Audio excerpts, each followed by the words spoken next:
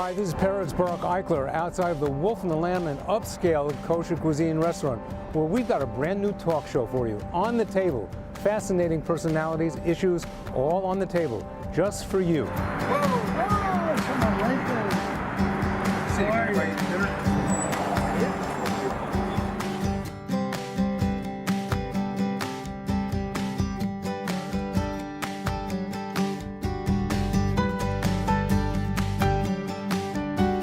Hi everybody, Peretz Eichler. Welcome to On the Table, where we put it all on the table.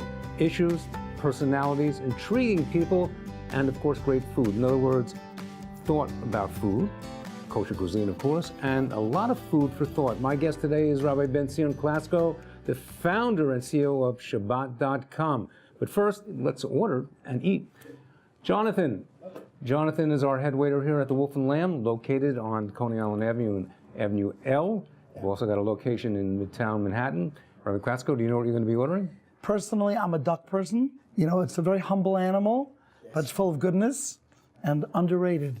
So I see you have a honey ginger duck breast. Yes. Now I have a question for you. Does it come with quackers? Oh. Sorry about that. Okay. Very good. Well, put it on the bill. Sorry. Okay. We're both winging it, actually. Okay, it is. It's made with Swiss chard, butternut squash, and parsnip crisps. So that looks like a delicious meal. Great, yeah. And just because I have to offset all that guilt with some righteousness, how about a salad? Market salad's pretty good. Market salad, arugula, frizzy, pear, cranberry, candied walnuts, and honey vinaigrette. Yep. Wow, would you eat that? I would love to eat that. I'll share it. All right. Okay. Okay, my philosophy is life is full of surprises. Eat dessert first. So I'll just, I just think I'll have the chocolate cake first. But actually, could I just have the market salad? Market salad as well? Okay. It is. Well, does it depend? Does it cost more if the market is up and the market is down? Oh no, I think we're good on that one. Okay, cool. Costs the same. All right, Jonathan, thank you very much. We'll be looking forward to seeing you in just a bit. Thank you. All right. Our guest today is Rabbi Benzion Klatzko. He lives in Muncie, but really his impact is felt around the world. He has founded something called Shabbat.com. Welcome, Rabbi Klatzko. Thanks so much for joining me at On the Table. Thank you for having me. Thank you for hosting.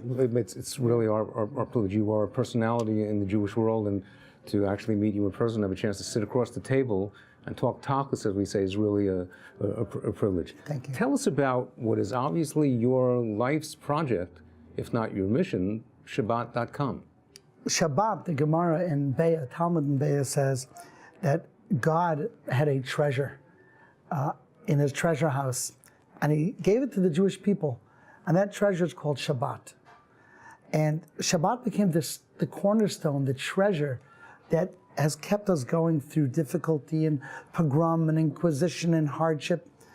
And today a lot of people don't know about this treasure. It's so beautiful, and it keeps families together. It reminds us that we have a goal in the world, we have a mission.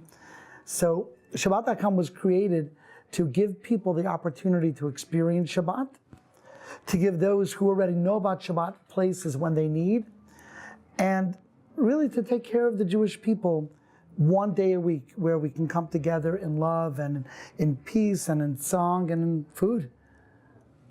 Food always makes a Always. impression. But how did the idea come to you? So I come from a large family, and so does my wife, and we've grown up having a lot of guests. And we used to have guests after we got married. We'd have large Shabbatonim. I became a rabbi in a college campus, and we'd have 100, 150 people each week from the college campus. Now, that's a campus program. That's expected to have a lot, but What, did they get credit for it? they did not get credit. But we gave them a lot of hugs and a lot of good challah. When we moved to Muncie about 10 years ago, people said to us, "You're never going to have guests because who's going to come to you in Muncie? No colleges nearby." There are, but you know, it's a commuter campus. But sure enough, that wasn't the case. And we ended up having a lot of guests. And we averaged 60, 80, 100 guests each week. And we loved Achnasas Archim. And they come, they eat, they sleep. We put them up, and we have a Shabbaton every single week. Well, where did you get the guests from? How did they know about you, and what type of guests? I mean, what's the demographic look like? I presume most of them, or all of them, were Jewish, hopefully. They are almost all Jewish. Sometimes we have somebody who's converting and they like to discover the beauty of Shabbat. But how do they discover Shabbat? How did you wind up getting 60 guests to begin with? So before Shabbat.com, it was a little more hand-to-hand combat, as it were. You make a phone call, you meet someone in the grocery store, you meet someone online, someone brings a friend. I've never had a problem networking, and word of mouth was that a Klatzko Shabbat is worth going to. So kind of like Jiu-Jitsu. yeah, sort of. People felt, wow, I'm going to come here and I'm going to have a great time, and I'm going to come back and bring 2 friends. So we were able to bring a big to bring together a lot of people even before Shabbat.com. Eventually, people began asking us or saying to us, Rabbi, you have so many guests. Why didn't you send us some of your guests? Mm-hmm. And I would think to myself, well, why don't you find your own guests? They're coming to me because they want to come to me. But then, and people still do come to you? You still host? Oh, we still host the same amount. Now most of them come from the website. Uh-huh. And we actually have to close registration by Tuesday, Wednesday, because we fill up. And if we just left it open till Shabbat, we would have more than we can handle. In your house? In our house. So we close registration for our house. But eventually people said, we want guests. And I realized most people just don't have a way of meeting people and finding guests. There's just no conduit for people to find people, especially people who want to discover Shabbat, but they don't know the first place to start. Now, we know that there is Chabad out there, and very often people go to a Chabad center, but the home experience, the layperson, the Jewish doctor, the Jewish lawyer, the local rabbi, the simple person who simply wants to show their children what it's like to invite beautiful guests for Shabbat. There was no way to connect them. You're saying that anybody can come and be a guest? Absolutely. Anyone can be a guest on Shabbat.com. It's a safe forum. When you go on to Shabbat.com, you put in two references, you put in who your friends are, you put in about yourself. There's feedback in the same way that eBay gives you feedback.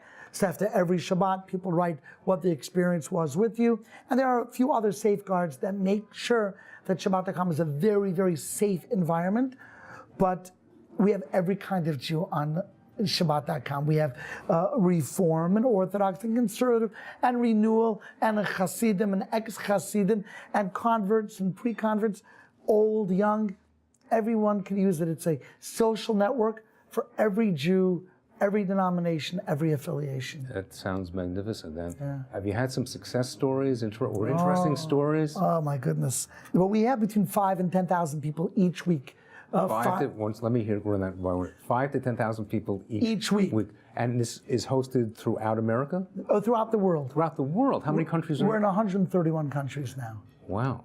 Yeah, so we're literally all over. We're very popular in America, of course, and Canada, in France, in Switzerland, in Brazil.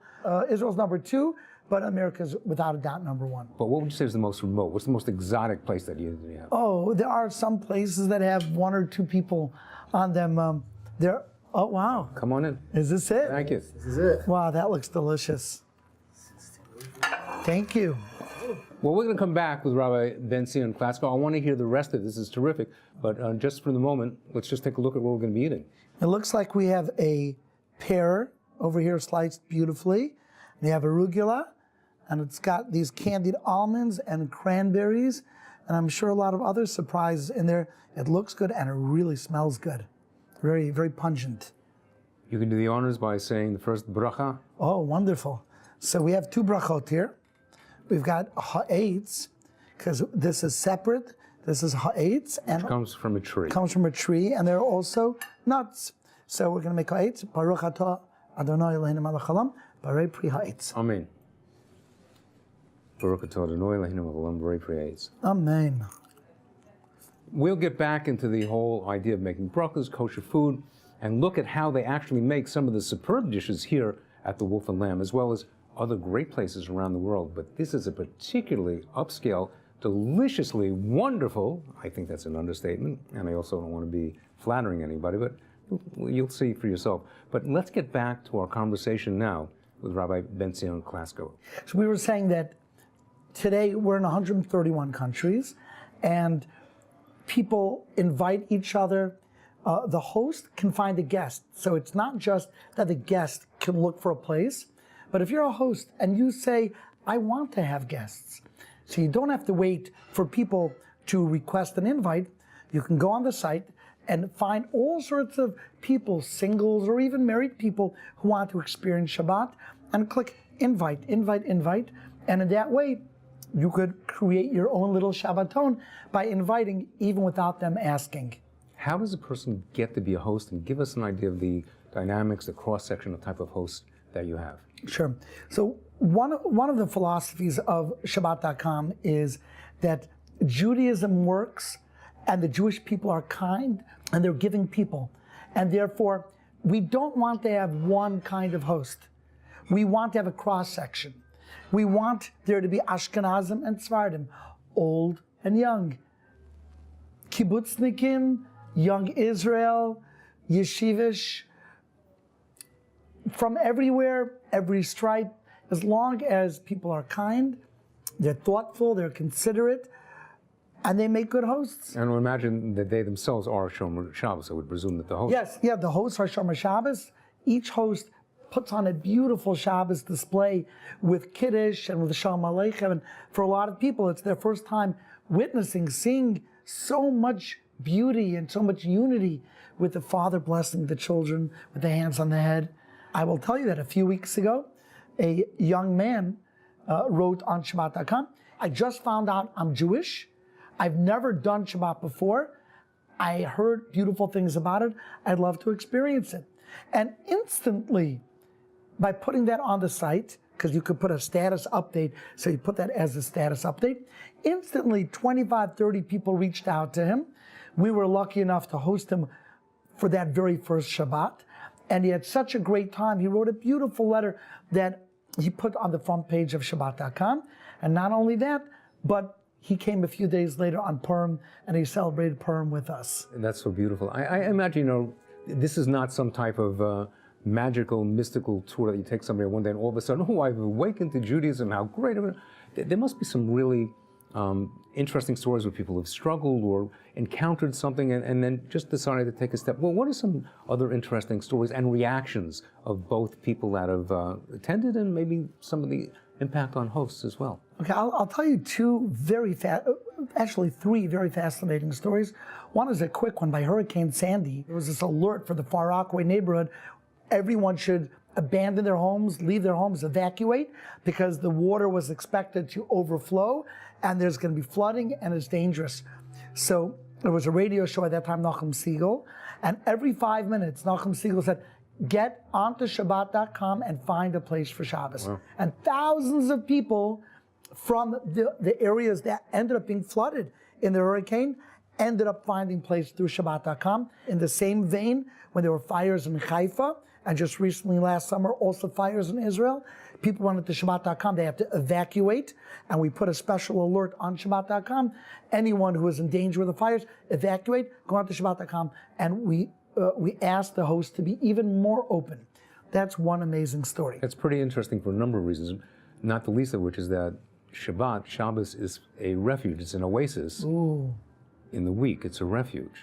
And here you became that sanctuary, that oasis for Jews that were displaced. Exactly. And in effect brought them home. Exactly. Beautiful. Second story, there is a feature on the site called a proximity search, where one person you can say, I want to invite guests to Shabbat. I want to invite all guests within a 5-mile radius of my house. Or I want to see all the guests that are available. So I do that once in a while just to meet new people. And I said, show me everyone who's looking within 5 miles. And I randomly invited a lot of people. And there was this one young lady, maybe 20, 21, who came, answered, and then she came for Shabbat. And after lunch, she came over to me and she said, who told you to invite me? I said, Nobody really. I mean, I just did to be honest, it was a proximity search. She said, no, somebody must have told you. I said, no, really, nobody. Why would you think that? She said, well, I'll tell you my story. I'm going through a very hard time. My father, unfortunately, is in prison. My mother is dysfunctional and very clinically depressed. And I have a brother who, unfortunately, is struggling with very hard drugs. And I've been keeping the family afloat by myself, and it's been crushing me. And I had decided that this weekend I'm going to end it. I'm going to end my life, suicide. I can't go on. And then I got your invitation. And I thought, wow, somebody cares. So I accepted, and I figured, okay, suicide can wait until Sunday. So I looked at her and I said, are you having a good time here? She said, very much so. I said, are you going to do something to yourself after Shabbat? She says, are you going to invite me again? I said, if that's what it takes, absolutely. She said, so I won't. And not only didn't she became very close friends with my daughter. She is now married with a few kids of her own. And an invitation at the right time, of course Hashem knows what he's doing, but that invitation at the perfect time is what literally saved this young lady's life. How about that? How about that? So obviously, Shabbatcom is much more than just inviting people to have a pleasant Sabbath meal, enjoy an experience. It can be transforming in a lot of ways, in ways that you or anybody else might never have anticipated. Absolutely. For example, you had a magnificent story about another woman who had some serious difficulty in a marital situation, and somehow what you did through Shabbat.com was transforming. Yeah, it was quite a remarkable story. We received I received a phone call after Shabbat once. A fellow told me the following story. He said he was stuck on the road and he didn't know what to do. And he went out to Shabbat.com and he found a place in a certain community. And the host ended up being the rabbi of the community. It was on Friday night, and he saw the rabbi looked a little bit down. So he said to the rabbi, is everything okay? I see you look a little bit sad.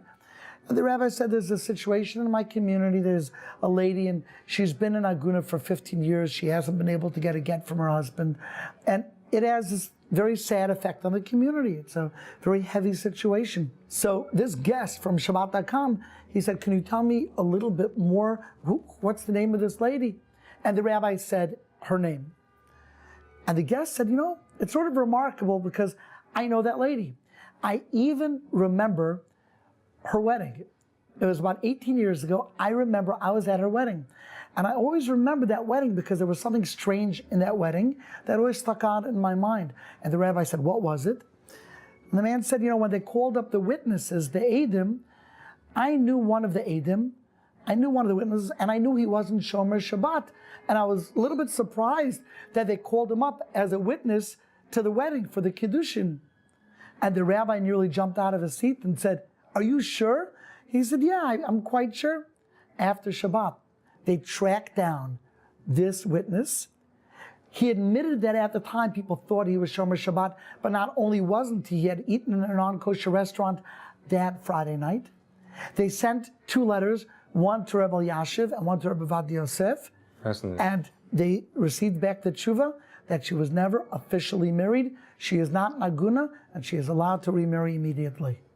Home free. Home free after 15 years. Wow, what an amazing story. Yeah. Impact on your life and your family. You've been doing this for how many years now? It's been 7 years now, the Shabbat.com, almost 6.5, 7 years. Right, coming up on the Shemitah year. That's right. Shabbat.com, I'm sure you've thought of that. But the impact on you, your wife, your children, family, what impact has it had on Rabbi Benzion and Klatzko and family? It's a great question. I'm in Jewish outreach, and Jewish outreach has the ability to be very exhilarating, but at the same time a little bit depressing, to be honest. I'll explain to you why. There are so many Jews that are disconnected. If you go onto a college campus today, there are nearly 500,000 Jews in the United States on college campuses, and a tiny, tiny fraction are involved in anything Jewish at all. 2 of the largest campuses in the world, Gainesville and Orlando, 7,000 Jews each, you can't even get a minyan. So you think about outreach and the capacity for an outreach rabbi to touch people in a way that's transformative, and most outreach rabbis cannot reach more than perhaps 100 students on a real deep level. So on a campus with 7,000 Jewish students, when you just hit 100, you know that 6,900 are not being touched. And you begin to question and wonder whether you're building castles in the sand. Maybe it's hopeless. And then when I realized it's absolutely not hopeless, that in reality, we just have to rethink how we're going to reach people. We were given the blessing of a social network, which actually comes from the Gemara. It comes from the Gemara. Mark Zuckerberg did not think of the concept of social networking. It comes from the Gemara in Brachos. People came over, the Chacham came over to David HaMelech and said, David HaMelech, King David, he said, Amcha Yisrael tzrichim parnasa. The Jewish people need sustenance. And he answers back, Tzeu ufarnasu zu mizu. Go make a living from each other. What was his answer? Who else were they going to make a living from?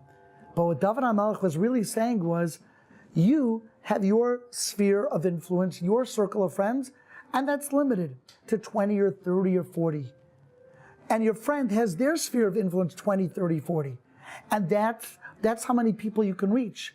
But imagine if you could tap in to my sphere, and I could tap into your sphere, so then we've just grown exponentially. And imagine if you could tap into everyone from my sphere. All of a sudden, my influence is not 20, 30, 40, but each of those friends who have 20, 30, 40, I can also reach. And into the stratosphere. Into the stratosphere. And that's social networking. That's what David HaMelech's answer was. You each have enough people around you that you should be able to make parnasa. So social networking genuinely works. How did it affect my family? It gave us a much larger mission. We suddenly went global. It's no longer just about having 10 people for Shabbat. It's about reaching 131 countries, 5,000 cities, 10,000 people a week. And not just for Shabbos. Shabbat.com now does matchmaking. And we are averaging a shidduch a week. That means an engagement a week. Every week. Some weeks there are 2 engagements.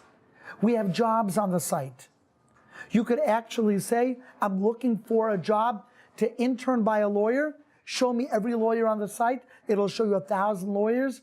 Select all, message all. And you could send 1,000 people your resume like that. You can't do that on any site that exists in the world. Certainly a great impact, not only for you, but everybody else. We're going to come back with some final remarks from Rabbi Benzion Klatzko, but right now, let's continue to take a look at what we're going to be eating right here at the Wolf and Lamb on the table.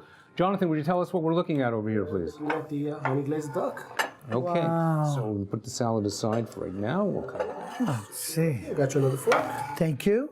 Okay, can you describe to us what this is, Jonathan? Yes, this is a duck. We have It's a duck. some butternuts It walks like a duck, looks like, but it doesn't look like a duck anymore. duck breasts. Honey glazed duck breasts.